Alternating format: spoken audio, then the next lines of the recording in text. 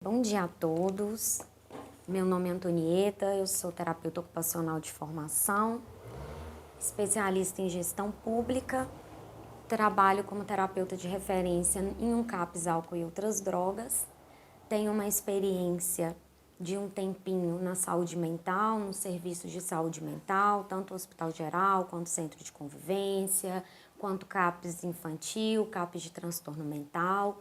Então hoje a gente vai tentar falar um pouquinho sobre a questão do uso de álcool e outras drogas e o cuidado ao sujeito.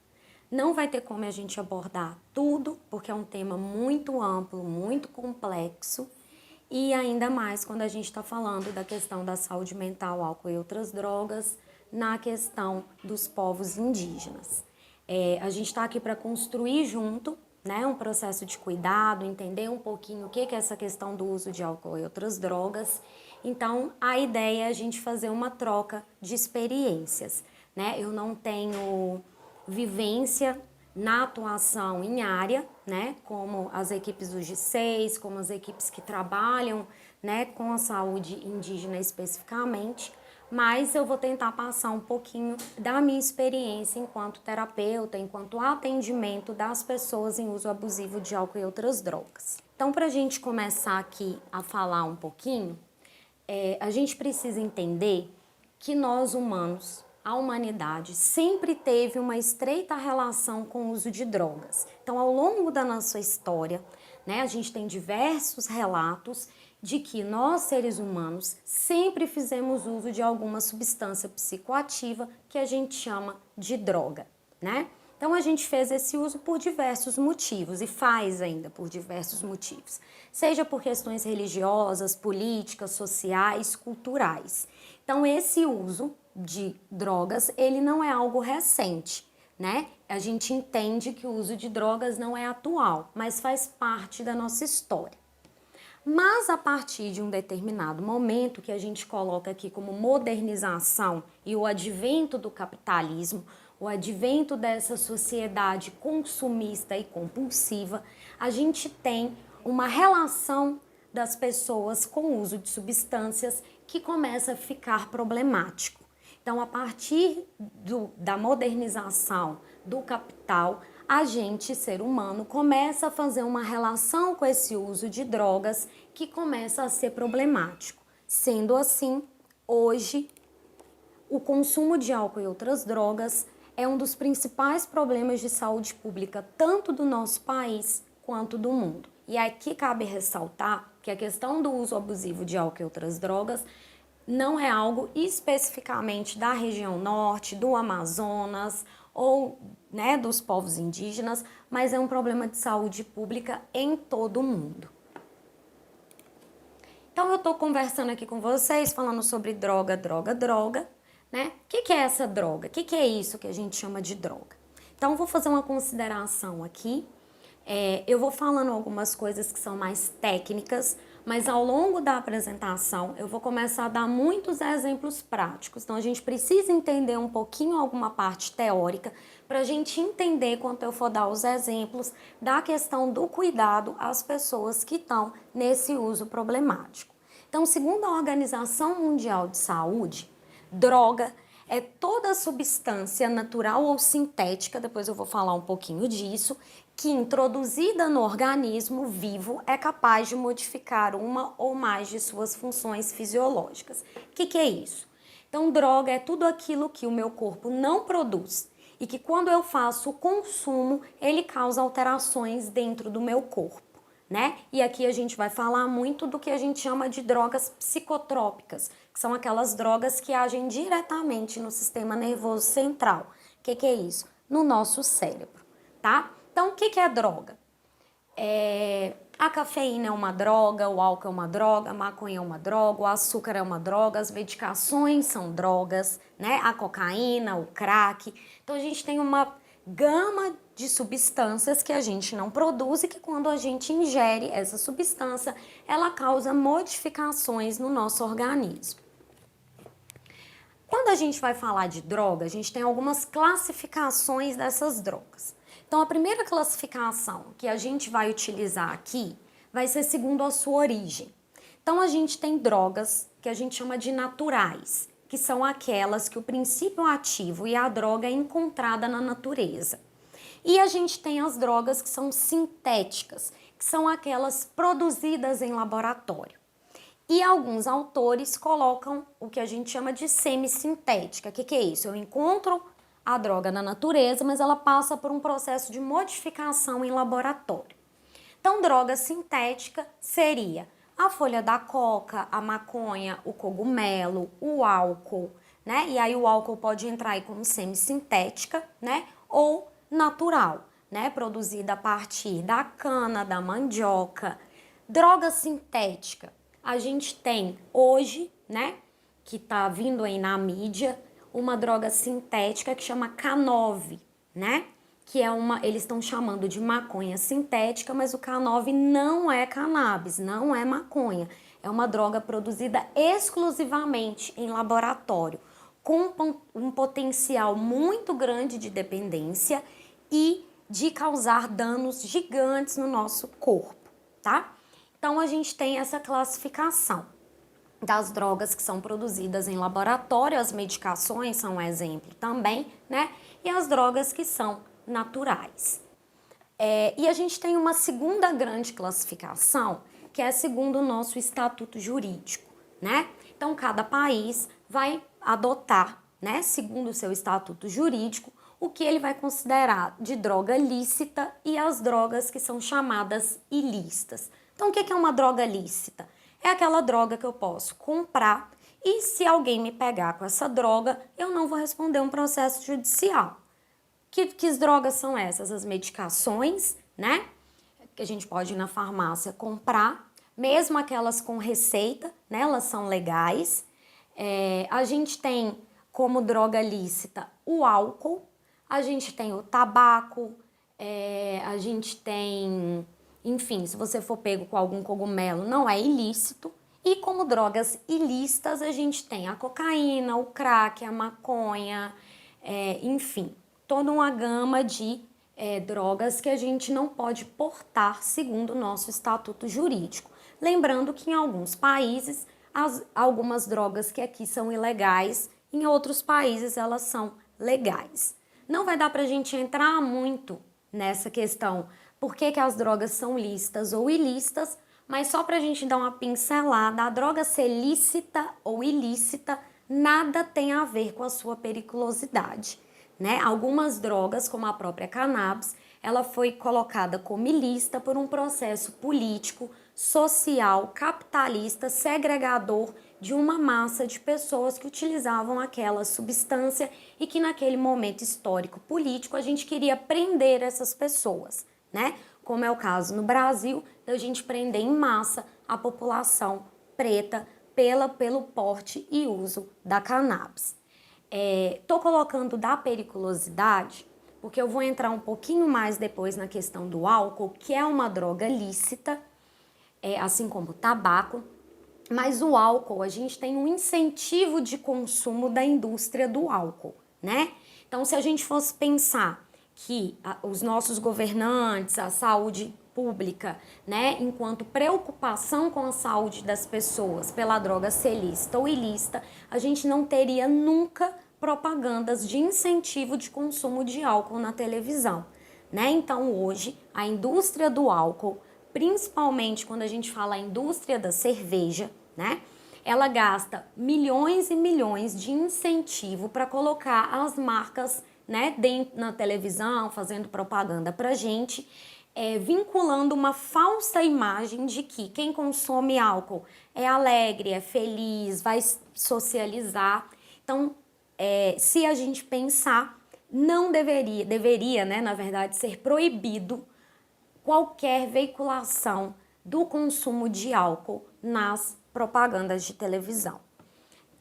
Só para a gente dar uma outra pincelada, quem aqui é um pouquinho mais velho aí, da década de 80, no início da década de 90, vai lembrar que nesse período a gente tinha nas propagandas de televisão o incentivo também ao uso de tabaco, né? Então a gente tinha propagandas de homens ou mulheres muito bonitas que acendiam um cigarro, né? Tinha até aquela do Marlboro em que o cara bonito subia no cavalo, chegava no alto de uma montanha e acendia um Marlboro. O Brasil, hoje, tem uma política antitabagista que é vista e considerada eficaz em todo o mundo. A gente proibiu o consumo de tabaco? Não, porque proibir não faz as pessoas deixarem de usar. Se assim fosse, ninguém utilizava droga ilícita, né? Então a gente não proibiu o uso, mas a gente restringiu esse uso.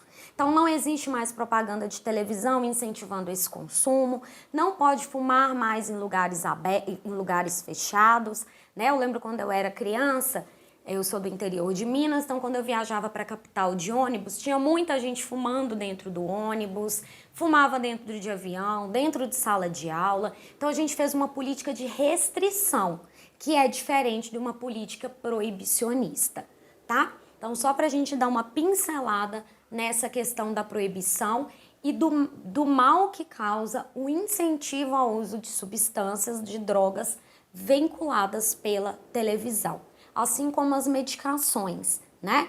Outra coisa que deveria ser proibido é um incentivo de uso indiscriminado de medicação nas propagandas de televisão. A gente tem um terceiro classificação das drogas, que a gente fala que é de acordo com os efeitos no sistema nervoso central. O que é o sistema nervoso central? Nosso cérebro. Então, todas as drogas que são psicotrópicas, depois eu vou falar um pouquinho, são aquelas que quando a gente consome, elas agem no nosso cérebro fazendo algumas modificações, tá? Então, a gente tem essa classificação de drogas que são depressoras, estimulantes e perturbadoras. Então, o que é uma droga depressora do sistema nervoso central? É uma substância que, quando eu utilizo, ela vai para o meu cérebro e ela faz com que eu tenha uma depressão do sistema nervoso. O que é isso? É como se o nosso cérebro tivesse um tanto de luz. Umas estão acesas, como se fosse uma cidade. Umas luzes da cidade estão acesas, umas estão apagadas. Dependendo do horário, eu tenho mais luz acesa do que mais luz apagada. Quando eu utilizo o álcool, é como se num determinado momento essas luzes começassem a apagar e a me induzir ao sono. Alguns autores colocam o álcool como sendo estimulante e depressor. No início, quando eu começo a usar, me causa euforia, eu fico mais sociável, mas a partir do momento que eu vou bebendo, só o álcool, não estou misturando com mais nada. Depois a gente vai ver o perigo dessas misturas. Então, quando eu estou utilizando só o álcool, vai chegar num determinado momento que é como se meu corpo falasse assim: eu não aguento mais, eu preciso metabolizar essa substância. O que é metabolizar? Eu preciso jogar fora, porque ela está fazendo mal para o meu organismo. Então eu vou fazer com que essa pessoa durma. Então, se a gente vê final de boteco, quando está em festa, sempre tem um que está caído dormindo, ou com o copo meio cambaleando, né? A questão do cambalear é porque age numa partezinha do nosso cérebro que fica bem aqui atrás, que chama cerebelo. Então, o álcool vai agir no cérebro, fazendo com que induza o sono. Depois eu vou falar um pouquinho especificamente do álcool e do perigo de quando a gente começa a utilizar ele num lugar que não é dele, né? Eu já atendi muitas pessoas que só dormiam se utilizava o álcool. Isso começa a ficar perigoso, mas depois a gente vai falar um pouquinho mais. Então, drogas depressoras do sistema nervoso central, a gente tem como mais comum aí o álcool, os benzodiazepínicos, que são os ansiolíticos, as medicações tarja preta, aquelas que fazem dormir, e que hoje a gente tem uma preocupação enquanto país com o uso indiscriminado dessa substância, sendo essa medicação hoje a segunda mais utilizada no nosso país, perdendo apenas para os antidepressivos. Por que isso é grave? Porque essas medicações ansiolíticas, que tem o nomezinho aí de benzodiazepínico, elas também causam dependência e elas agem no mesmo lugarzinho do cérebro que o álcool. Depois eu vou falar um pouquinho melhor disso também. E a gente tem também os famosos inalantes, que é a cola, o thinner, que também fazem essa depressão do sistema nervoso central. Lembrando que a cola e o thinner, além de tudo, inibe a fome, né? Então, quando eu trabalhei com população de rua durante um tempo na cidade de Belo Horizonte, Muitas crianças e adolescentes em situação de rua acabam utilizando essa substância para perder a fome e assim elas conseguem passar 1 a 2 dias sem se alimentar. Então, quando a gente olha alguém que está usando alguma substância, é importante que a gente saia um pouquinho da nossa moral, das coisas que a gente tem como certas, entenda, né? E a gente começa a entender que existem pessoas que utilizam algumas substâncias por uma condição social de miséria, né? Então, para a gente parar um pouquinho com o julgamento com os outros. A gente tem as drogas que a gente chama de estimulantes. Então, ao contrário das drogas depressoras, que vai apagando as luzinhas da nossa cidade aqui dentro do cérebro, a gente tem as estimulantes, que elas vão fazer o completo oposto. Eu tenho luzinha no meu cérebro acesa e apagada. Quando eu uso uma droga estimulante, ela vai acender todas as luzes do meu cérebro e me deixar ligado, né? Então, são drogas que atuam aumentando a atividade cerebral e estimulando a atividade do sistema nervoso central, que é o nosso cérebro. Então, quais as drogas que são comuns, né? Que são estimulantes do sistema nervoso central? A mais utilizada no Brasil, que é a cafeína, né? Então, a cafeína é uma droga estimulante. Quando eu tomo café, ele vai estimular, ele vai me deixar acordado. Eu tenho uma outra droga muito comum, que a gente falou um pouquinho agora, que é o tabaco, que também é estimulante. Por isso, muitas pessoas fazem a junção de tabaco com cigarro, né? Porque dá a sensação de estar alerta, fora a sensação de prazer, que depois a gente vai falar um pouquinho disso também. E a cocaína.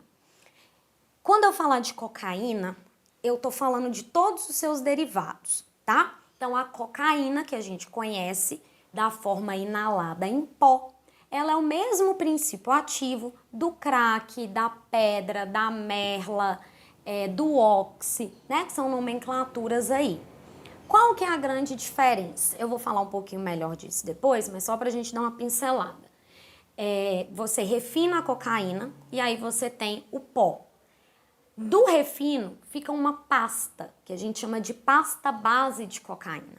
Dependendo com o que você mistura, essa pasta base vira crack, vira merla, vira oxi. Mas o princípio ativo é a cocaína, que é um estimulante do sistema nervoso central. Faz com que a gente fique alerta, acordado.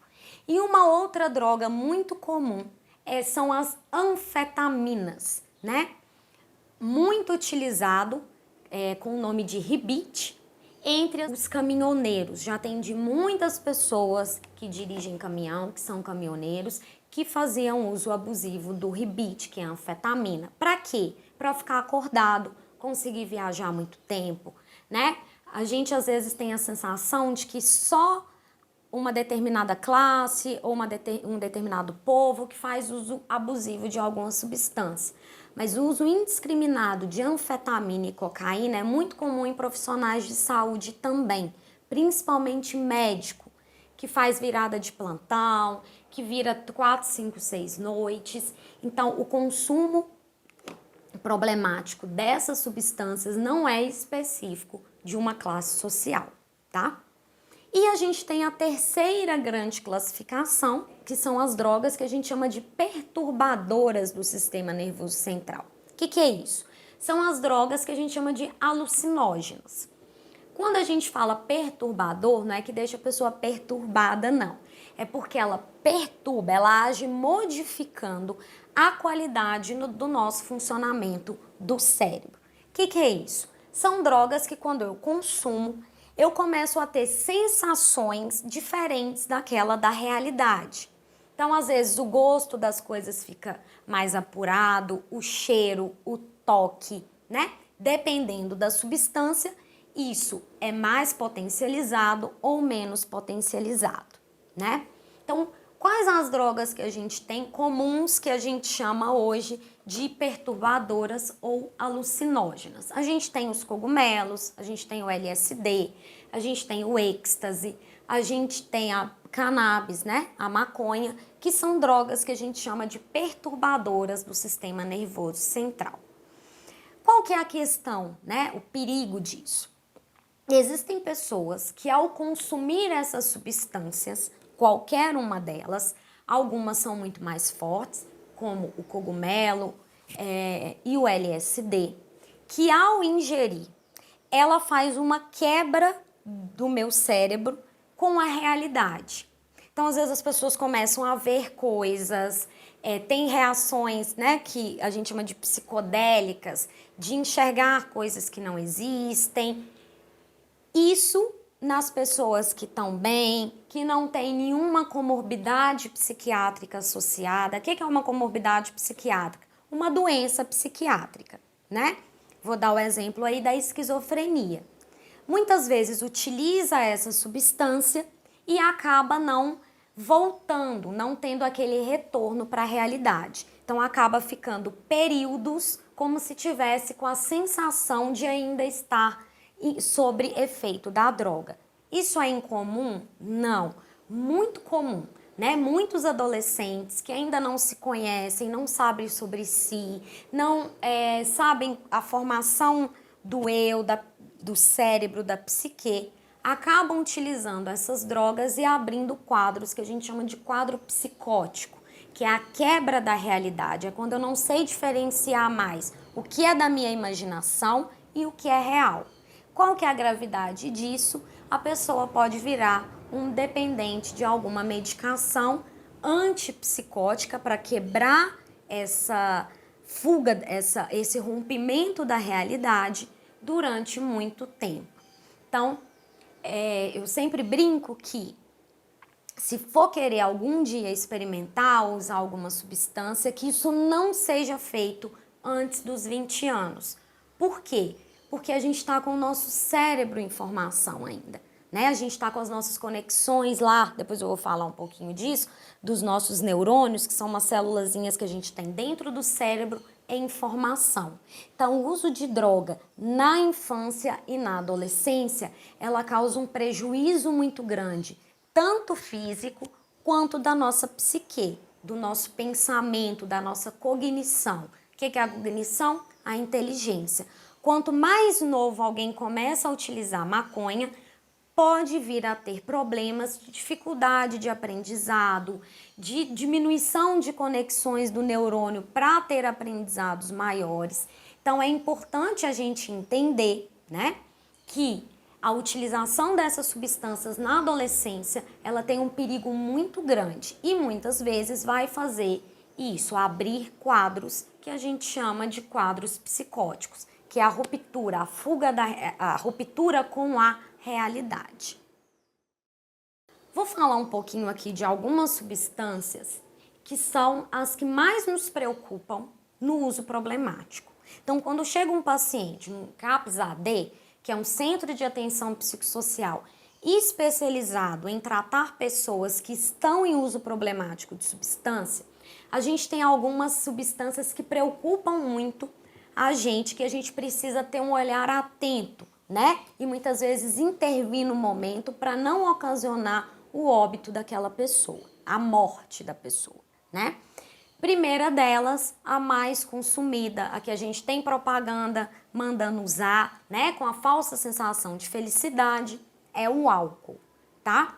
Então, quando eu estou atendendo como terapeuta de referência dentro do CAPS, álcool e drogas, e chega um paciente alcoolista, a gente coloca ele como se fosse no hospital, que tem aquela pulseirinha vermelha, né? No CAPS seria esse paciente com uso problemático de álcool. Ele vira prioridade de atendimento. Por quê? Porque quando a pessoa começa a utilizar o álcool de uma forma muito problemática, a gente vai ter algumas respostas do corpo para esse uso. O álcool é muito tóxico, é muito danoso para a gente. A recomendação é que ninguém utilizasse, mas a gente sabe que o consumo de álcool ele é muito amplo, ele é muito incentivado na nossa sociedade aqui do Brasil. Então, quando eu tenho um paciente alcoolista, que é aquele que faz um uso problemático de álcool, a gente vai ter que olhar algumas coisas clínicas dele, algumas coisas físicas. Primeira coisa que o álcool faz. Quando a gente ingere o álcool, ele passa pelo esôfago, né, que é esse canalzinho que a gente tem, e vem para o estômago. Nosso estômago não sabe diferenciar se eu tô bebendo água, se eu tô bebendo álcool, se eu tô comendo alguma coisa. Então, quando chega alguma coisa para ele, ele começa a liberar um ácido, que a gente chama de ácido gástrico. Esse ácido serve para fazer a digestão desse alimento que a gente colocou no estômago.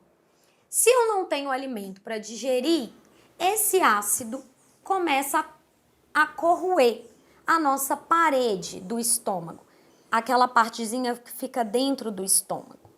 Como é que chama isso? Gastrite. Então, a gastrite, a ite quer dizer inflamação. O gás do gástrico, né? Que é a parte gástrica do estômago.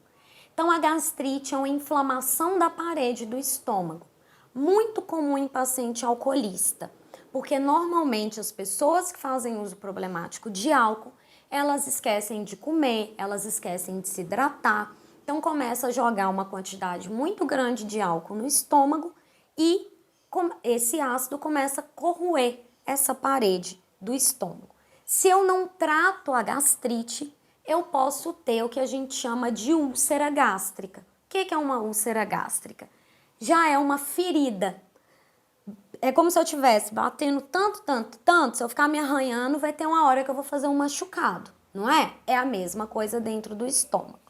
Eu estou usando alguns termos técnicos, porque eu sei que tem profissional de saúde que vai participar da oficina e é importante a gente saber disso, tá? E para a gente mesmo, enquanto pessoa, enquanto cidadão, enquanto sujeito, saber, né? Quando eu pegar um exame, eu já ouvi isso em algum lugar. Então, quando eu ouvir lá, estou com gastrite, que chegar o exame, o que é isso? Eu estou com uma inflamação dentro do meu estômago, tá? Lembrando que a gastrite e a úlcera não é exclusivo de quem usa álcool, tá? Existem outras diversas questões que fazem a gente ter uma gastrite. Inclusive, quando a gente engole, quando a gente segura muito problema, né? Quando a gente não dá vazão aos nossos sentimentos, quando a gente vai acumulando o peso da vida, a gente chama de doença psicossomática, que é uma doença que tem a causa na nossa psique, no nosso cérebro. Comum, né, nos brasileiros que têm uma sobrecarga de trabalho, que trabalham em lugares insalubres, que não têm condição nenhuma de qualidade de vida, que trabalham para comer, né, que vão tendo essa carga de vida muito grande. Então, só para lembrar que não é exclusivo de quem faz uso de álcool, mas muitos alcoolistas, muitas pessoas com uso problemático de álcool vão ter essa condição, que chama gastrite ou já úlcera gástrica. Uma outra coisa, muita gente, vocês já devem ter ouvido, que tem uma condição de saúde que chama refluxo. O que é isso? É quando alguma coisa chega no meu estômago, parece que não digere e eu fico arrotando aquilo muito tempo, né? Tem gente que tem isso com algumas comidas, quando come pepino, né? Tem até uma brincadeira, eu não gosto de comer pepino porque eu lembro dele o dia inteiro, porque eu fico arrotando, né? O ácido gástrico começa a voltar um pouquinho para esse canalzinho aqui que a gente chama de esôfago. O que é grave nisso? Nosso esôfago não tem condições de receber esse suco gástrico. Então, ele começa a corroer também. Comum em usuários abusivos de álcool, problemáticos de álcool, começar a ter uma crise, seja na abstinência ou durante o próprio uso, e começam a vomitar muito. Chega um determinado momento que estoura alguns vasos dentro do nosso esôfago e a pessoa começa a vomitar sangue. Também é comum em usuários que fazem uso problemático de álcool. Uma outra coisa que acontece quando a gente faz um uso problemático de álcool é no nosso fígado. Vai ser o órgão mais afetado, né? O fígado é um órgãozinho que fica bem aqui na gente e ele é responsável por metabolizar o que a gente ingere. O que é isso? Ele vai pegar o que a gente ingere depois de ter passado por toda a partezinha da digestão e ele vai tentar excretar aquilo que não serve pra gente. Então, quando o álcool é metabolizado no fígado, nosso fígado ele regenera, ele consegue produzir células novas. Mas para isso a gente tem que dar um tempo para ele, porque ele também não é uma máquina de trabalhar o tempo inteiro a serviço do tanto que a gente quer beber. Então, o que acontece? Quando a gente coloca mais álcool no fígado que ele consegue metabolizar, ele começa a ficar doente. Inicialmente, a gente tem um nomezinho, que às vezes a gente pega no exame e vê, esteatose hepática. Grau 1, grau 2, grau 3. O que é a esteatose hepática? É quando a gente tem gordura no fígado. Então, você pega o fígado, é um órgão grande, e ele começa a acumular gordura, né? Que são faixas de gordura no fígado. Quando o meu fígado não tá bom, ele é um dos órgãos mais importantes que a gente tem dentro do nosso corpo. Nosso corpo é como se fosse uma máquina, qualquer máquina aí que vocês conhecem, né? Se uma coisa começa a falhar, vai falhando a outra, vai falhando a outra, até que a máquina para de funcionar. Nosso corpo é igualzinho, né? A gente precisa pôr óleo muitas vezes, fazer manutenção na máquina para ela continuar em funcionamento, não é? Quanto mais velha a máquina, mais a gente tem que dar manutenção. Com o nosso corpo acontece a mesma coisa. Então, quando o fígado não funciona bem, a gente tem uma série de acontecimentos no resto dos nossos órgãos que vão fazer com que a gente vá adoecendo cada vez mais. Então, se eu não trato essa gordura no fígado, outro ponto, não é só quem bebe muito, quem faz uso problemático de álcool que vai ter esteatose hepática. Muito comum em pacientes, em pessoas com sobrepeso, né? Que fazem uso de medicação de longo prazo, às vezes não receitada, ou muitas até que precisam fazer uso dessa medicação receitada.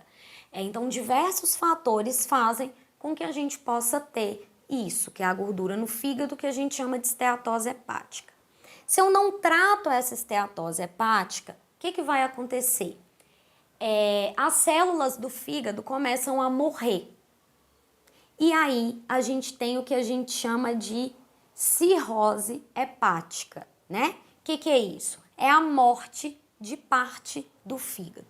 Então, às vezes a gente tem, vocês vão escutar ou já ouviram aí, fulano tem 30% do fígado tomado. O que é isso?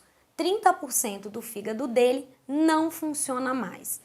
A esteatose, a gordura no fígado, se eu começar a tratar, parar de beber, melhorar a alimentação, fazer atividade física, eu consigo reverter o quadro. Quando eu chego num quadro de cirrose, né, eu não consigo reverter mais. Então, aquela parte do fígado que morreu, ela não vai conseguir mais ser regenerada, tá? Então, esse quadro é um quadro grave. Só pegando aqui que a gente já está na questão do fígado, eu já atendi muito paciente em uso problemático de álcool que falava comigo assim, que eu falava, o indicado é você não beber mais, porque teu corpo já não aguenta mais receber álcool. Mas não é eu falando com ele para parar de beber que ele vai parar de beber. Se assim fosse tão simples, era só a gente chegar para alguém e falar, para de beber, e a pessoa parava de beber. Mas a gente sabe que não é assim, né? Então, quando eu tô atendendo, eu vou falar, seu fulano, seu João, o indicado é que o senhor não beba mais, que o seu corpo não aguenta. Mas, se por um acaso for beber, é importante se hidratar, né? Beber muita água. E aí muitos deles viram para mim e falam, não, doutora, mas eu não posso beber água não, que senão dá barriga d'água. Gente, isso é mentira, tá? A barriga d'água, que a gente chama de distensão abdominal, é justamente a falta da água, a falta da alimentação, a falta do cuidado com o corpo e o uso abusivo de álcool, que vai fazer com que o fígado comece a não trabalhar da forma que precisa trabalhar e ele tenha uma liberação de água, né? Dentro da nossa barriga, que faz aquela distensão gástrica comum, né? Vocês vão pensar aí, pessoas que vocês conhecem que bebem muito, que tem aquela barriga mais inchada, tá? Pode colocar uma pulga atrás da orelha que provavelmente tem alguma coisa acontecendo com o fígado. Outra coisa que acontece, em pessoas que fazem uso muito abusivo de álcool é o que a gente chama de encefalite, que é uma inflamação lá no nosso cérebro, em virtude da carência de uma vitamina que a gente chama de vitamina B12. Então, sempre que a gente vai atender alguém aí para os profissionais, né? Mas em uso abusivo de álcool, é importante entrar com a medicação que a gente chama de tiamina, que é a vitamina B12. Quando a pessoa está bebendo muito, ou ela não faz uma alimentação adequada, ou não se alimenta, ou pouco que se alimenta tem uma dificuldade de absorção no nosso intestino.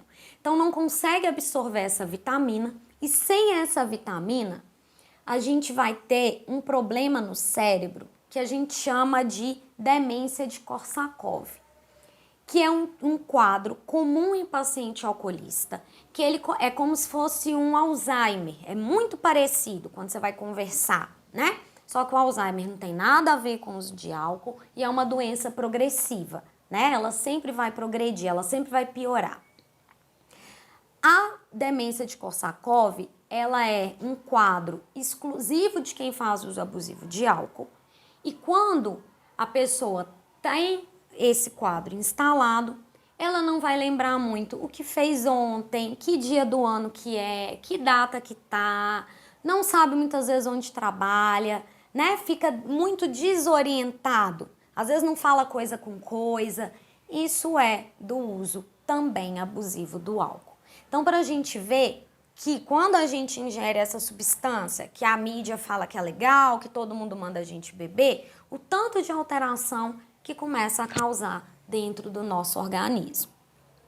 A gente tem também o nosso sistema cardiovascular, né? O que é isso? O coração, nossas artérias, né? Existem estudos que dizem que o consumo de álcool vai fazendo a morte, né, de algumas células e muitas doenças como hipertensão, infarto, são ocasionados por esse uso abusivo de álcool e outras drogas. Uma outra coisa importante, e aí eu já vou entrando aqui um pouquinho na questão do cuidado, as pessoas usuárias de álcool, uma delas é a questão da abstinência alcoólica. Então, o álcool é a única droga muito consumida no Brasil que pode levar à morte na abstinência. O que é a abstinência? É uma reação do nosso corpo na falta de uma substância que ele está acostumado a receber todos os dias. Vou dar um exemplo. Eu tenho uma dependência de cafeína, né? Com uma boa mineira, desde os 6, 7 anos de idade tomando café. Não consigo viver sem café. Se virar para mim e falar assim, você vai poder consumir uma única droga na sua vida, qual vai ser? Café. Se eu não tomo café de manhã, quando vai dando 2, 3 horas da tarde, eu começo a ter dor de cabeça. Então a abstinência do álcool, ela começa muitas vezes. Qual que é a primeira característica que a gente vê? Tremor de extremidades, principalmente tremor da mão. Então a pessoa fica 1, 2 dias sem beber. Quando acorda, ela começa a tremer, né? Então vai pegar alguma coisa, ela tá tremendo muito, vocês já devem ter visto isso. Muitos pacientes acabam usando outra dose de álcool para poder parar de tremer, para fazer uma homeostase no corpo, um equilíbrio, né, dentro do corpo para parar com essa tremedeira.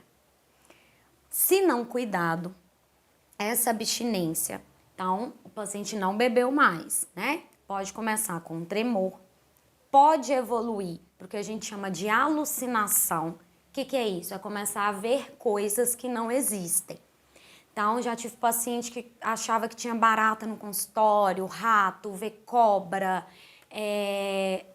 alucinação que a gente chama de senestésica, que parece que tem coisa picando, né? Eu lembro que eu tive um paciente que entrou em abstinência e achava que tinha caba, né? Picando ele, ficava gritando, tira as cabas, vê coisa no chão, né?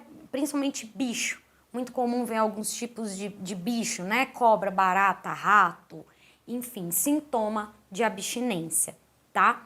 Se não tratado, pode evoluir, né? Ou às vezes o paciente não é um que vai evoluindo para o outro, tá? Pode ter paciente que tem tremor e entra em estado de convulsão, né? Começa a se debater no chão. E se não tratado, pode levar a óbito, pode levar à morte. Então, a abstinência do álcool é algo que nós, né, para quem é profissional de saúde aí, precisa ficar muito atento, né, com esses quadros. Então, quando eu vou interromper o uso de álcool de alguma pessoa, dependendo do quadro, eu preciso tratá-la em um ambiente de saúde, tá? Alguns quadros, inclusive, precisam fazer uma internação hospitalar.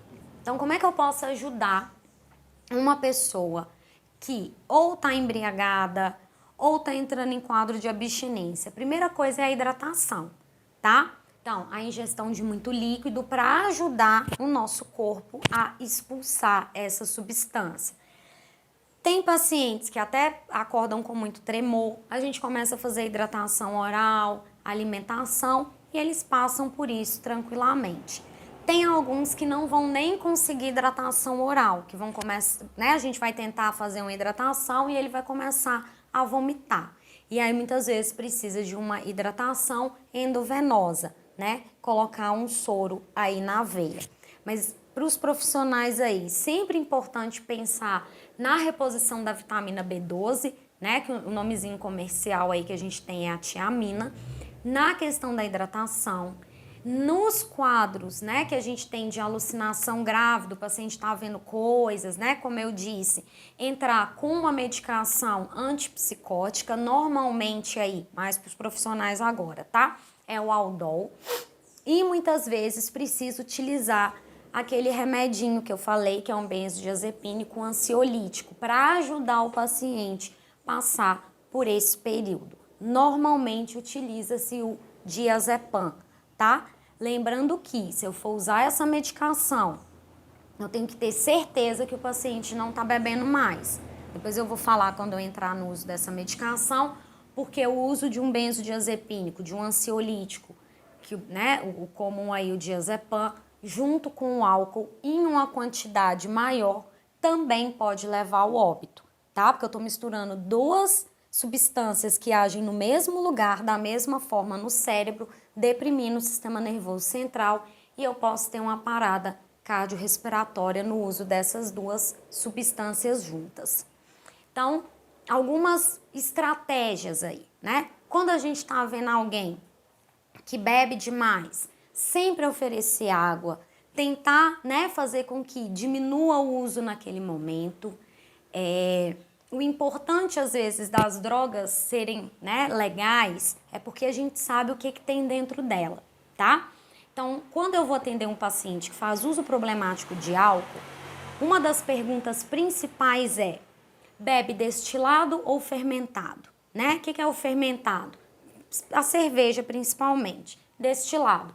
Cachaça, vodka, rum, são bebidas destiladas. Qual que é a diferença? Num litro de cerveja, eu vou ter, em média, 4,8% de álcool.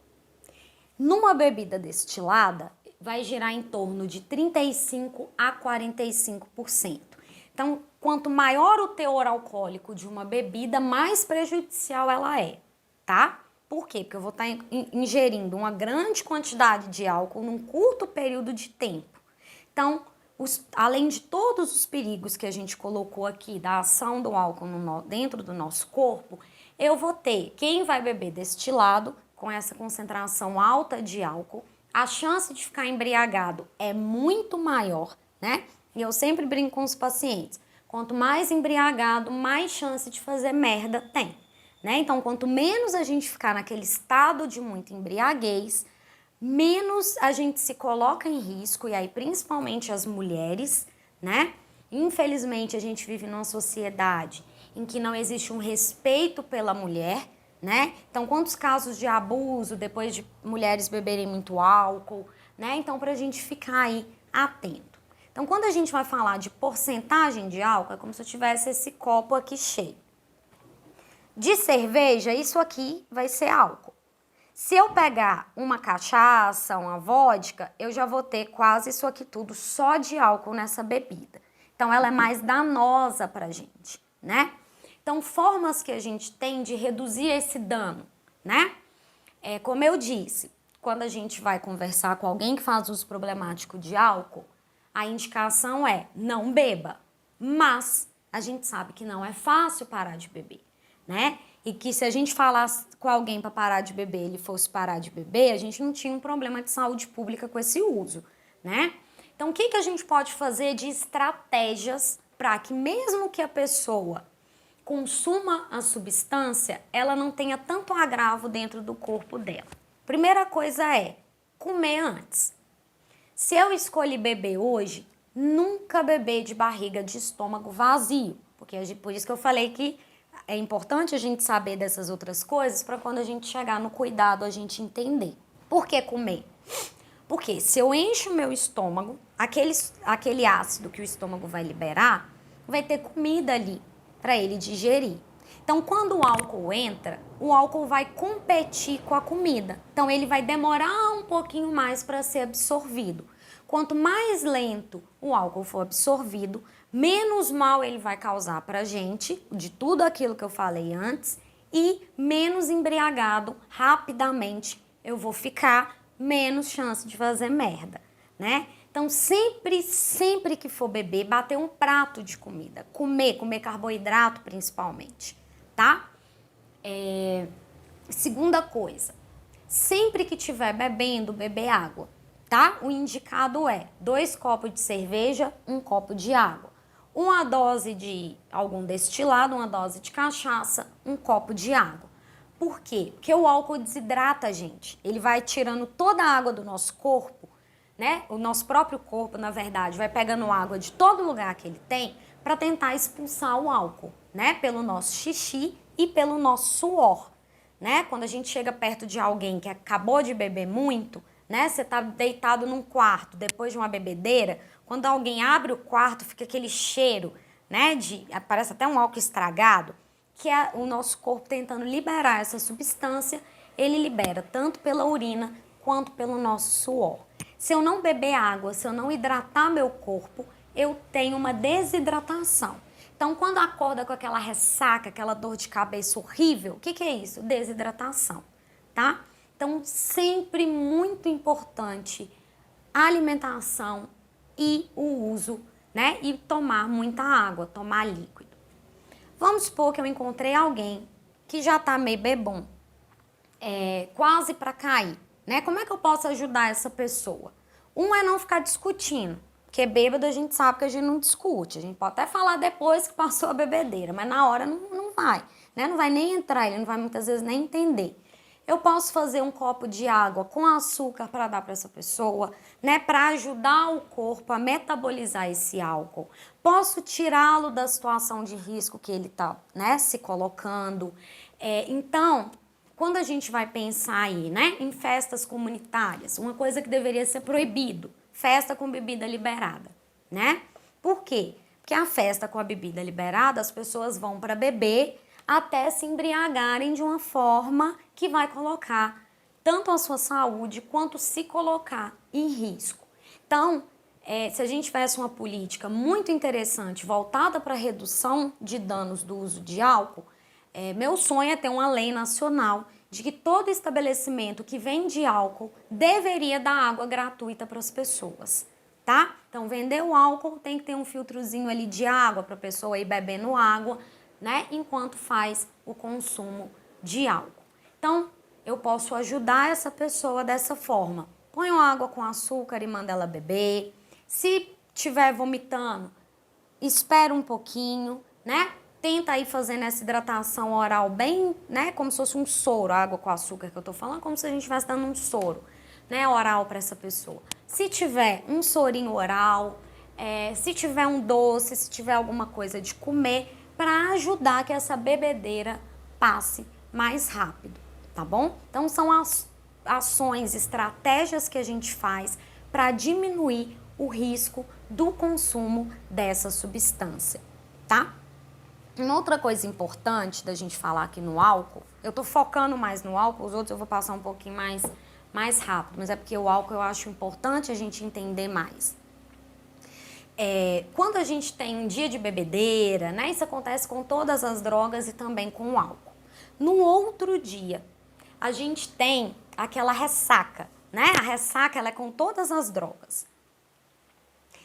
própria ressaca faz com que a gente fique mais deprimido, mais angustiado.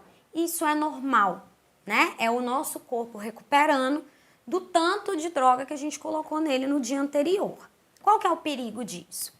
Se eu tô bem, se eu tive um dia só de bebedeira, passei dos limites, no outro dia eu vou conseguir passar por essa tristeza, por essa angústia de uma forma mais tranquila.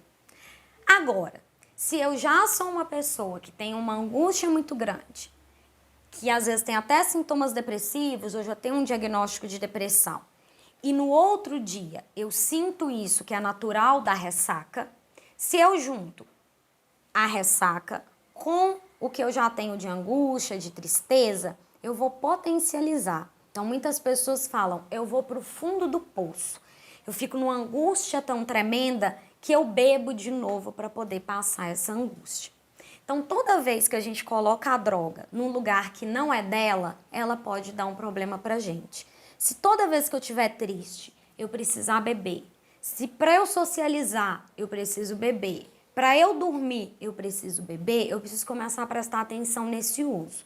Porque em algum momento ele vai tornar um uso problemático e vai ser difícil, né, eu conseguir lidar, relacionar de uma forma que não seja prejudicial com esse uso que eu tô fazendo, tá bom? Então são algumas estratégias aí que a gente vai tendo para poder diminuir os riscos que o álcool causa para o nosso organismo.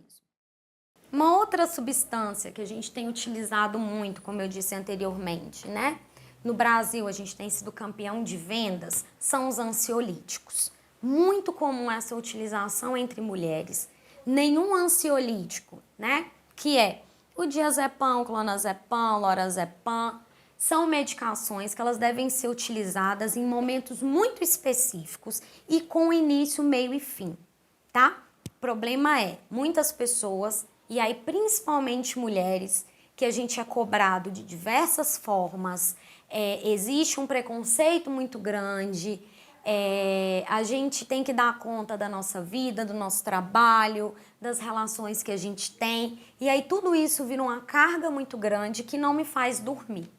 E aí começa a tomar essas medicações indiscriminadamente. No início começa a tomar um comprimido ou 2 gotinhas, depois o corpo vai criando uma resistência, aumenta a quantidade e é uma medicação que causa dependência grave e que também, assim como o álcool, começa a causar danos no nosso cérebro, né?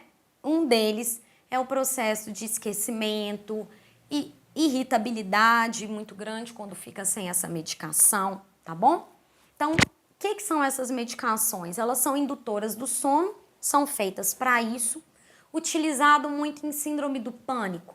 Quando a pessoa está num quadro de síndrome do pânico, não tem muito que a gente conversar naquele momento do pânico, né? Porque ela não está dando conta. Muitas vezes começa a ter falta de ar, acha que vai morrer. Nesse momento, às vezes a gente precisa induzir um sono, diminuir um pouquinho a excitação cerebral. Então a gente utiliza essa medicação, tá?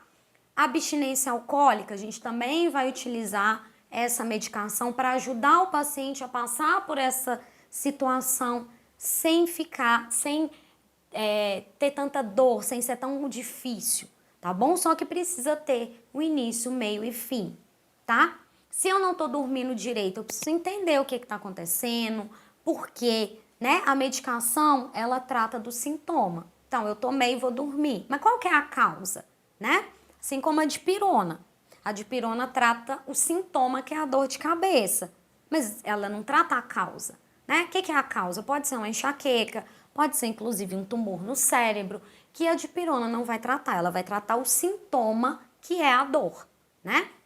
Então, para a gente ter muito cuidado na utilização, e tô falando aqui dessas medicações, porque elas têm sido muito utilizadas, muito prescritas indiscriminadamente, né? E eu tô vendo que tá entrando muito em algumas áreas, né? E aí muitas pessoas já atendi no CAPS, né? Indígenas em uso indiscriminado de benzodiazepínico. A tia começou a tomar e começa a dar para a pessoa, a prima, né? Ah, que legal, essa medicação me faz dormir bem, essa medicação me tranquiliza, né? Então é uma medicação que a gente precisa ter muito cuidado. O outro cuidado é nunca misturar com álcool. Como eu disse anteriormente, elas agem no mesmo lugarzinho e elas podem deprimir o sistema nervoso central e levar a óbito. É incomum isso acontecer? Não, é comum, tá? Acontecer essa mistura dessas duas substâncias e a pessoa acabar chegando a óbito ou ter que ser hospitalizada porque tá com um problema grave já. A terceira droga que a gente vai focar um pouquinho mais é a cocaína. Como eu disse, quando eu falar de cocaína, eu tô falando do princípio ativo, tá? Então aqui eu tô falando do oxi, da pasta base, do crack, tá bom? Que é o mesmo princípio ativo. Qual que é a diferença delas? Quando eu faço o uso da cocaína inalada em forma de pó, essa cocaína, ela precisa passar pela mucosa do nariz até chegar nos vasos sanguíneos. Então, ela demora um pouquinho mais para iniciar o efeito dela. Então, quando eu faço o uso da cocaína inalada, ela demora um pouquinho mais para fazer efeito, mas esse efeito demora um pouquinho mais para passar também. A cocaína em forma de pedra, que seria a pedra, o oxi, o crack, como ela é fumada, toda droga fumada, a ação dela no sistema nervoso central, ela chega mais rápido no nosso cérebro. Então, eu tenho o efeito dela mais rápido, mas ao mesmo tempo esse efeito passa mais rápido. Então, a pessoa fuma o efeito passa mais rapidamente, ela quer fazer uso de outra pedra, de outra, e entra num quadro que a gente chama de compulsão, né? Que é o uso compulsivo. A compulsão não é só de droga, tá? A gente vive numa sociedade hoje que é consumista compulsiva, né? Então, quantas pessoas são compulsivas por compra? Tem 10 pares de sapato, vai no shopping e compra mais 10. Abre uma caixa de bombom, não consegue comer um ou dois, tem que comer a caixa inteira, né? É compulsivo por alimentação.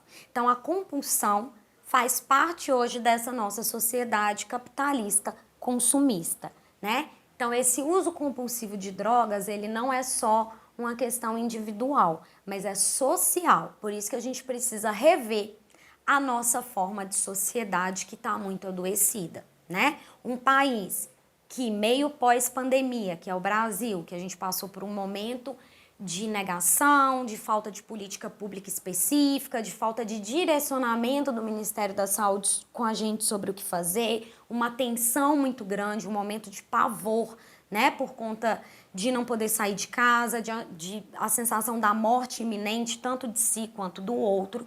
E hoje a gente é o país, eu acho que, se não me engano, só perde para os Estados Unidos, que mais consome antidepressivo e ansiolítico do mundo. A gente tem consumido mais antidepressivo hoje e ansiolítico do que dipirona, né? Que é uma medicação muito consumida. Então, a gente está numa sociedade doente. Quando a nossa sociedade está doente, né? E aí a gente pode pensar tanto na sociedade como um todo, quanto nas pequenas formas de sociedade, quanto nas pequenas formas de articulações sociais que estão adoecidas e que a droga é um sintoma, né? Ela é um sintoma de um adoecimento social. Então, esse uso indiscriminado, esse uso problemático, esse uso compulsivo, ele diz uma sociedade também adoecida, né? Como eu disse, quando eu vou conversar com pessoas em situação de vulnerabilidade social extrema, em situação de rua, né? Às vezes a gente vê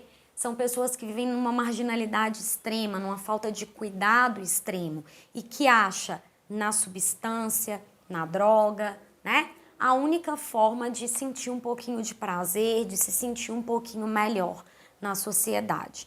Então a gente está falando aí de um fenômeno que é muito complexo e que a gente não pode restringir ele à pessoa. Ah, fulano bebe por causa disso, ou fulano é vagabundo, se quiser parar de beber ou de usar, é só parar, né? Como eu disse, diversas pessoas, crianças e adolescentes em situação de rua, utilizam inalante, principalmente a cola de sapateiro, para conseguir ficar 1 a 2 dias sem se alimentar, né? Isso é triste. Como é que eu chego para uma população dessa e falo assim, ou você para de usar droga ou eu não te atendo, né? eu preciso dar outras alternativas para essas pessoas poderem se sentir sujeitos, terem o mínimo de qualidade de vida, né? O problema é que a gente só julga, a gente aponta, né? Mas a gente não entende que a história de vida do outro é diferente da minha. E dependendo de onde ele nasce, essas histórias vão ficando marginalizadas, vão ficando muito tristes. Então, para a gente ter sempre esse cuidado aí do não julgamento ao outro. O uso de cocaína, ele pode ser muito perigoso. Uma das coisas da ilegalidade, né, das drogas, é porque, como eu disse para vocês, quando eu atendo um paciente alcoolista, eu consigo perguntar a ele o que ele usa e eu ter a noção da quantidade de álcool que tem ali, né? Quando eu trato alguém que faz uso de cocaína, e aí lembra, crack, pasta, eu não sei o que tem ali, né? Porque não tem um controle de qualidade do traficante, só senhor traficante. Essa cocaína aqui tem mais pó de vidro e cal de parede do que a que você me deu anteriormente, né? Então a gente não sabe o que tem, a gente não sabe a quantidade certa de cocaína que tem naquela substância. Então o que pode acontecer? Muito comum, tá, gente? Aqui, né, no Sudeste, a gente tem, quando eu trabalhava lá, a gente tem uma cocaína que é muito mais misturada, né? Então as pessoas lá, elas utilizam o pó. Dentro tem pó de vidro, tanto é que tem gente que perde a cartilagem aqui, ó, do nariz por ficar cheirando isso. Tem bicarbonato, tem cal de parede. E aí a pessoa é acostumada a cheirar uma quantidade. De repente ela compra uma cocaína, não sabe o teor que tem dentro daquela cocaína e quer cheirar a mesma quantidade.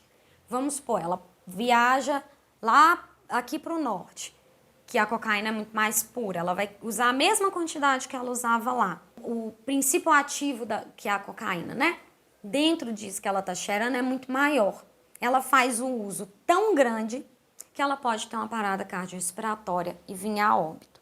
Então, o uso de cocaína inalada pode fazer com que pessoas jovens, de média idade ou idosas tenham parada cardiorrespiratória e cheguem a óbito. Isso é incomum? Não. Não sei se vocês estão acompanhando o tanto que está acontecendo hoje de pessoas jovens com parada cardiorrespiratória, né? Atende muito no CAPS AD, pessoas de 20, 25, 30 anos que teve parada cardiorrespiratória e aqueles que infelizmente acabam chegando ao óbito por esse uso, tá?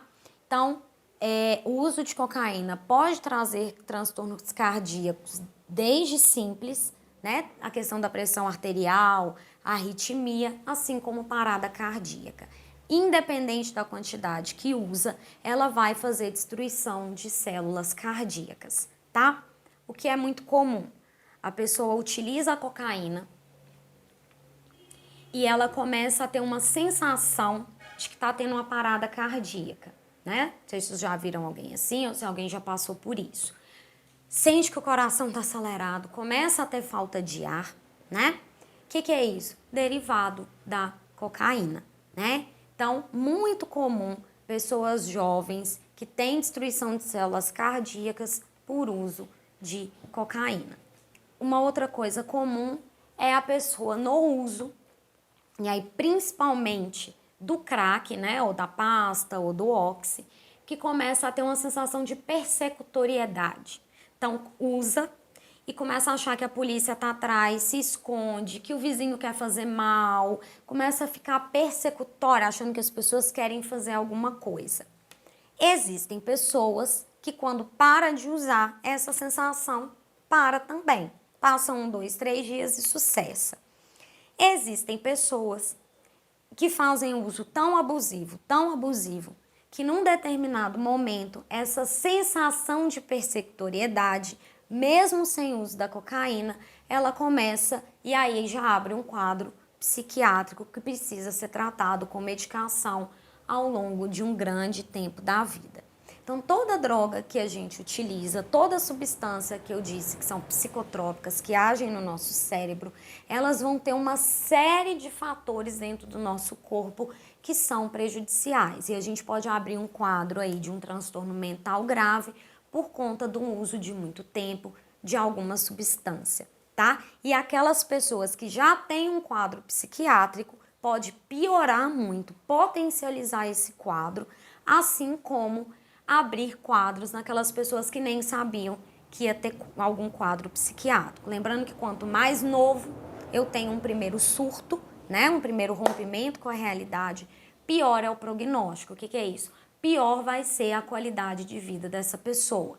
Porque cada vez que eu saio de um surto, eu tenho um embotamento, eu tenho uma restrição cognitiva, né? Eu vou ficando mais embotado, tá? Muito comum também, tá, gente? Então, quem é jovem aí, quem é adolescente, muito cuidado com o uso de substâncias na adolescência, né? A gente às vezes tem uma vida aí pela frente e a gente acaba cortando algumas linhas da nossa vida por conta, né? Ou da não informação, porque não sabe que isso pode acontecer, inicia aí como algo muito prazeroso, que depois pode ocasionar pra gente algo muito grave. Da mesma forma que eu falei da ressaca do álcool, que faz a gente ficar angustiado, depressivo, na cocaína acontece a mesma coisa de um jeito mais potente. Normal, fez uso de cocaína num dia, pedra, óxido, no outro dá uma sensação de tristeza, de angústia, de mal-estar. Comum, tá? A gente liberou, depois eu vou falar um pouquinho disso, uma série de substâncias de prazer no nosso cérebro. Ele precisa de um tempo para se recuperar. Então dá essa sensação. Igual o álcool. Se eu já tenho uma angústia, se eu já tenho uma tristeza, vai potencializar isso. E muitas pessoas vão dar conta de parar de usar. Por quê? Porque não vão dar conta de sentir isso. E aí utiliza de novo como que para esconder aquilo que eu tô sentindo. E aí quanto mais eu escondo o que eu sinto, quando, né, como se eu pegasse um buraco, eu não quisesse ver ele. Aí eu começo a pôr umas palhinhas em cima. Só que quando essa palha cai, o buraco tá ficando cada vez mais fundo, né? Então, muito cuidado com essa sensação de pós-uso de cocaína. Mas a gente precisa entender que nem todo mundo que usa droga, independente de qual seja, vai ser um dependente químico ou um usuário problemático. A gente tem alguns padrões de uso que a gente chama. Então, existe aquela pessoa que a gente chama de experimentador, tá? Que é aquela pessoa que faz um consumo muito esporádico, tá? Que não causa nenhum ou pouco impacto sobre sua saúde, né? Então é aquela pessoa que uma vez ou outra toma uma cerveja, né? Faz uso de alguma substância e que ela consegue manter uma relação saudável com esse uso, tá? A gente tem aquele usuário social ou recreativo que vai até utilizar um pouquinho mais, né, de alguma substância. Mas essa utilização não vai causar também nenhum impacto na vida, seja social, seja psicológica, seja do trabalho, né, ou físico. A gente tem o que a gente chama de uso abusivo ou uso nocivo, que já são aquelas pessoas que têm um uso problemático. Então, elas vão fazer uma utilização frequente e ou sem controle. E já vai ter prejuízos psicológicos, sociais e físicos, tá? O uso abusivo é aquela pessoa que usa uma certa quantidade repetidas vezes. A compulsão é, às vezes, eu até consigo ficar 2 semanas sem usar, mas quando eu começo a usar, eu não consigo ter o controle de parar. Então, eu fico 3, 4 dias em uso direto, né? Eu lembro que eu tinha um paciente que ele conseguia ficar 1 mês sem beber, até mais. Mas quando ele começava a beber, ele passava 4, 5 dias só bebendo, e aí não se alimentava, não bebia água, entrava numa crise grave, tinha que parar no hospital. Para hidratação oral, para tomar tiamina, se colocava em risco.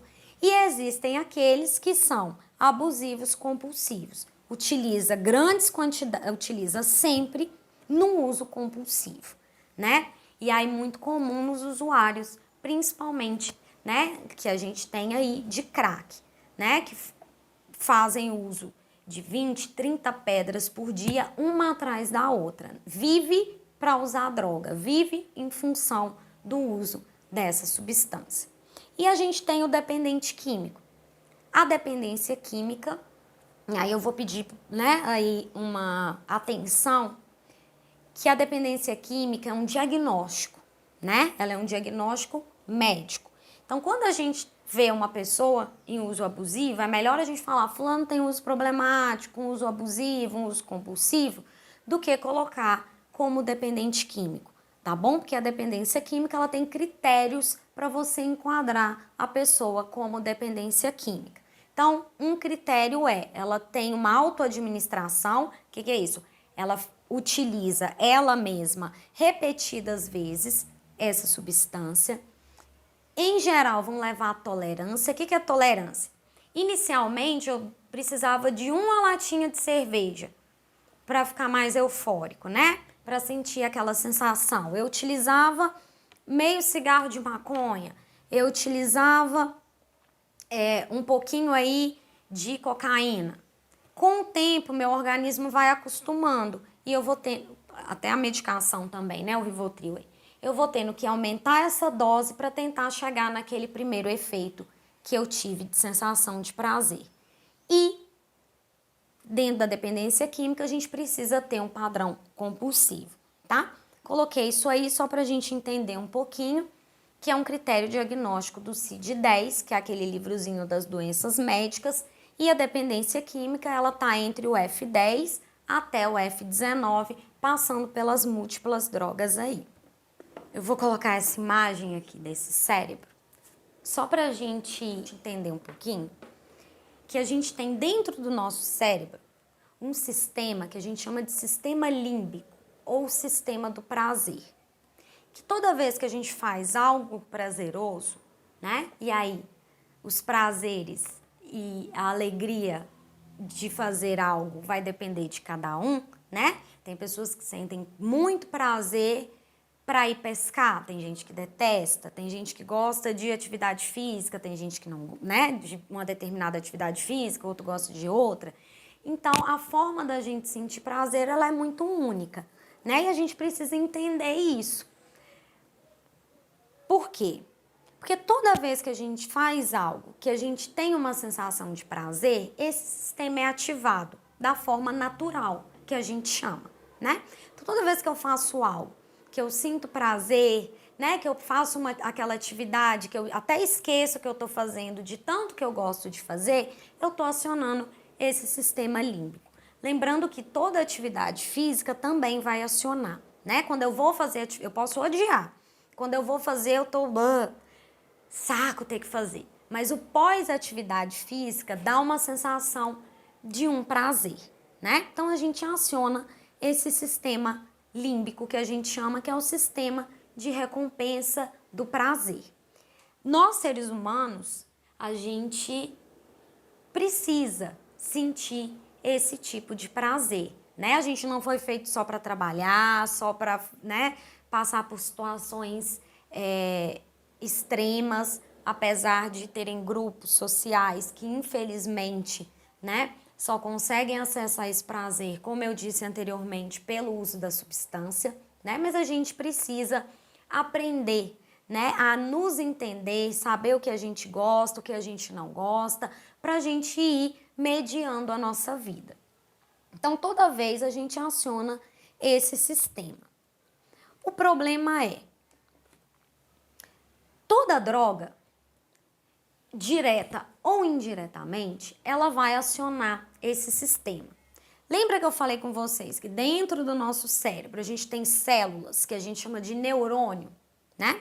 Tem um tanto de neurônio com um tanto de conexão, é como se fosse um circuito de fio elétrico, né? Quando a gente abre uma máquina que tem aquele tanto de fio emaranhado fazendo conexões, mesma coisa dentro da nossa cabeça. Quando a gente usa alguma substância, ela aciona também esse sistema límbico de sensação de prazer. Qual que é o perigo? Não é uma forma natural, né? Uma forma induzida. Então, se eu começo a só sentir prazer, a só gostar, a só fazer coisas sob efeito de droga, eu começo a acionar esse sisteminha numa forma que não é natural, numa forma artificial, e com o tempo eu vou começar a só querer utilizar uma substância para poder sentir prazer, né? Depois eu vou tentar, no final da aula, deixar um videozinho com vocês muito legal, que vai explicar muito isso aqui, a partir da experiência dos ratos e da concepção de dependência, né? Desde a década de 20 até hoje, tá? Aí eu vou tentar deixar um pouquinho aí, que é bem legal esse vídeo pra gente entender um pouquinho. Então, o perigo é, se eu só faço algo sobre efeito de substância, se eu só socializo sobre efeito de alguma coisa, se eu só me sinto bem sobre efeito de alguma coisa, eu estou induzindo erroneamente o meu cérebro com isso, né? Eu estou fazendo algo artificial. E quando eu uso uma substância, liberações de umas enzimazinhas que a gente tem no cérebro, que chama de neurotransmissor, vocês já devem ter ouvido muito falar em adrenalina, dopamina, noradrenalina. A dopamina é o que dá a sensação de prazer. Então, as drogas, as substâncias, elas fazem com que, direta ou indiretamente, essa substância seja jogada muito no cérebro, então me dá uma sensação de euforia extrema. E quando eu não tenho essa sensação, eu começo a achar que nada mais vai me dar prazer. Então isso é muito perigoso, brincar com o cérebro dessa forma. Mas essas pesquisas, né, elas foram muito feitas em animais. E aí vocês vão entender um pouquinho disso no videozinho. Só que nós somos animais, mas a gente tem um diferencialzinho, que é o nosso psicológico e o nosso meio social. Então hoje, quando a gente vai falar do uso abusivo de álcool e outras drogas, do uso problemático, a gente não fala mais e só na questão biológica, como a recompensa positiva do cérebro, como o sistema límbico. A gente não foca só e apenas nisso e reduz o sujeito única e especificamente ao sistema límbico cerebral, né? Então, as correntes aí que ainda tratam o uso de droga como algo que é biológico e somente biológico, a gente entende que não é bem assim. Porque nós somos seres humanos, um dos bichos, se não o mais complexo, né, que a gente tem aí. Por quê? Hoje, quando a gente vai falar, então, na questão do uso de álcool e outras drogas, a gente vai falar de um tripé. A gente vai ter o meio ambiente, a substância e o indivíduo, o sujeito que usa, tá? Então, o que é um meio ambiente? É um cenário que desenrola esse uso, tá? Qual o contexto que ela é utilizada, qual o cenário, qual é o simbolismo desse uso, né? E aí vou dar um exemplo aqui. Como eu disse, eu não sou da área, então a gente pode discutir depois melhor isso. Mas uma coisa é utilizar o álcool, né, dentro de uma festa religiosa ou uma festa cultural, né, dentro de uma comunidade. Vou dar o exemplo aqui do caxiri, em que eu tenho o início, meio e fim desse uso, numa socialização comunitária. Então, o meio ambiente que eu estou usando é de uma festa cultural, de um ritual religioso, enfim, de algo que eu tenho pessoas que estão fazendo uso, mas que estão num ambiente agradável desse uso. E ele vai ter início, meio e fim. Outra coisa é quando eu começo a utilizar a cachaça todos os dias, num ambiente ou de pessoas que todas fazem uso abusivo ou o uso solitário, né? Então, o meio que eu uso, com as pessoas que eu uso, ela também é um ponto que a gente precisa pensar. Que é isso, qual que é o contexto que eu estou fazendo esse uso? Outra é a substância em si, né? Então, eu tenho o tripé do meio, a substância. Então, qual que é a forma de apresentação? É fumada inalada? Qual que é a acessibilidade? Qual que é o custo? Como é que eu estou usando? A droga em si, como é que é? Ela é uma droga estimulante, é uma droga depressora, por isso que é importante a gente ter visto lá em cima. Ela é uma droga perturbadora, né? Existem pessoas, eu sou uma delas, que já é muito elétrico, vocês devem estar vendo isso aí, né? Eu falo, atropelo as palavras. Eu além da cafeína, que não era nem para eu usar também, mas eu não consigo parar, eu não posso utilizar drogas estimulantes, porque eu entro em arritmia cardíaca, fico muito ansiosa, eu já sou ansiosa por natureza. Se eu coloco uma droga que estimula essa ansiedade, eu vou ficar pior, né? Então, existem pessoas que não podem fazer uso de droga estimulante, tem outras que não podem fazer uso das drogas que são depressivas. Então, o tipo de droga, a ação no sistema nervoso central também é levado em conta. E aí, a gente tem também o indivíduo, né? Que é o terceiro do tripé. Esse é o mais complexo dos 3 elementos, que pode ou não se tornar um dependente. E aí vão ter diversos fatores, né, que vão estar associados para que isso aconteça. Como é que eu me relaciono com essa substância? Como é que eu, indivíduo, faço essa relação com a substância? E essa relação vai ser influenciada por diversos fatores, que são genéticos, que são biológicos, que são psicológicas, que é um pouquinho daquilo que eu estava falando. Se eu já estou num estado depressivo, de angústia, se eu utilizar, vai potencializar essa angústia, eu vou querer cada vez mais, e da própria personalidade, tá? Quem é esse indivíduo no mundo? A personalidade, né? E aí não vou entrar muito nessas questões de personalidade, de transtorno psiquiátrico, porque não é o foco aqui da nossa conversa. E aí teria que ser um pouquinho mais voltado só para os profissionais também, porque é um pouquinho mais técnico. Mas esses 3 fatores são os que juntos a gente consegue, quando vai atender um paciente em uso problemático de álcool e outras drogas, a gente vai conseguir entender um pouquinho, né?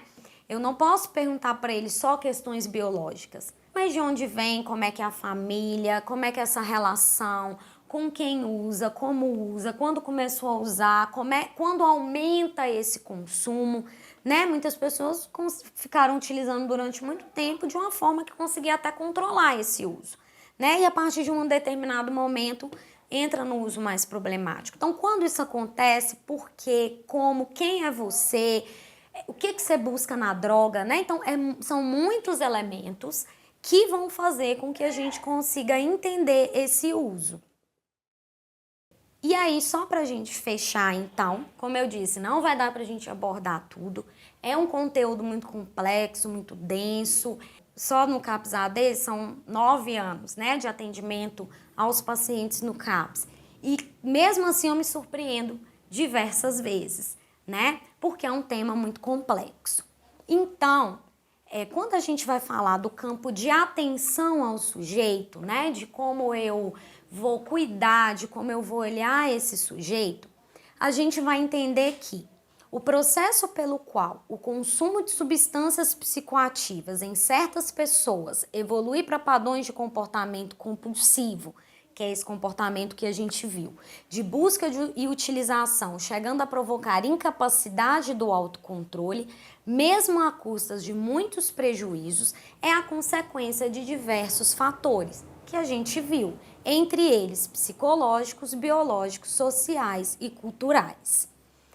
Quando a gente pensa, né, no preconceito, na discriminação e no estigma a esses usuários, isso acaba sendo uma barreira para o tratamento. É importante avaliar o uso de droga e usuários uma relação complexa. Como eu disse, são muitos fatores, não é só o sistema límbico de recompensa cerebral, na qual a dimensão humana é o humano, né? Precisa ser considerado. Ou seja, é a forma como a pessoa se relaciona com a droga que deve ser considerada, e não a droga em si. Muitas vezes, quando eu vou conversar com os pacientes, eles sempre dizem que bom que aqui a gente não está focando na droga, né? Focando só na droga, né? Daquela coisa do proibicionismo, da droga, de culpabilização do sujeito. Mas a gente entender essa relação complexa que existe. E é aí que entra, né? Não vou entrar também tão a fundo nisso aí, mas que a gente entra aí na política de redução de danos. Tudo que eu falei lá em cima, como é que eu faço no cuidado com a pessoa, a questão de dar água, de se alimentar antes, de pegar a pessoa e cuidar, de ver as pessoas em situação de rua como uma população que às vezes não tem acesso a outras coisas, a não ser o uso de substância, elas são o que a gente chama de o olhar da redução de danos, tá? O que é a redução de danos? É a gente pensar que existem pessoas que mesmo fazendo uso problemático, mesmo entendendo o tanto de coisa que está acontecendo dentro do seu organismo, elas não querem diminuir ou parar o consumo, ou não conseguem parar. Mas nem por isso elas devem ser excluídas dos tratamentos de saúde, tá? Então, a gente vai pensar aqui na redução de danos como um cuidado ao sujeito, sem noiar, né? A gente fala muito, a noia na droga, sem noiar na droga, tá? E entender que mesmo aquelas pessoas que queiram continuar fazendo uso, que não conseguem parar, elas, assim como o SUS é universal, elas têm o direito à saúde. Então, só um pouquinho da história, a redução de danos, ela começa na Europa em 1929, lá na Inglaterra, quando as pessoas começaram a entender que mesmo falando para as pessoas não usarem heroína injetável, elas não paravam de usar. Com isso, né, elas começam a entender que parar o uso de heroína injetável não era fácil. Então elas começam a fazer uma autoadministração de outras substâncias, como é no caso da metadona hoje em dia, que a gente usa para reduzir os danos de pacientes em uso de morfina, tá? Que também tem crescido muito. Então, elas começam a fazer essa administração monitorada para tentar ver se o sujeito consegue ir diminuindo o uso até parar, tá? Na Europa também, a redução de danos começa a ser um programa para diminuir a infecção de ST/AIDS, tá? Então começa-se lá na Europa, na época, né? Aqui a gente não tem hoje, né? Isso muda na década de 80, mas até a década de 80 a gente tinha muito uso de cocaína injetável, né? Hoje o uso é muito maior do crack e da cocaína inalada do que da injetável. Então, começa-se a fazer o quê? Mesmo eu falando com a pessoa para parar, ela vendo os riscos na saúde, ela não para, eu posso evitar que ela tenha uma IST, né? Então começa a se fazer um programa de prevenção à IST entre as pessoas usuárias de droga com troca de seringa para elas não fazerem um compartilhamento da mesma seringa. No Brasil, essa sementinha da redução de danos vem mais ou menos na década de 80.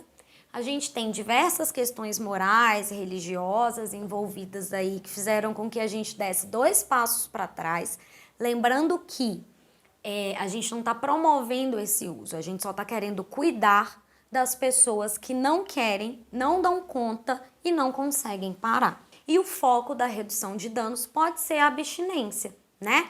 Ir diminuindo até parar, conversar com um sujeito que para ele esse uso não dá mais porque já está danificando o corpo dele, mas se ele usar a gente não nega o tratamento. Então hoje a redução de danos é considerada uma política pública em que a gente considera o sujeito como ator da sua vida. E não adianta, né, eu mandar ele parar, não adianta eu penalizá-lo por isso, não adianta eu interná-lo anos e anos, né? Quantos pacientes eu já atendi que ficava um ano em comunidade terapêutica, saía, no primeiro dia usava, aí voltava, passava mais um ano. Se a abstinência e a internação funcionasse para todo mundo, a gente tinha todo mundo bem.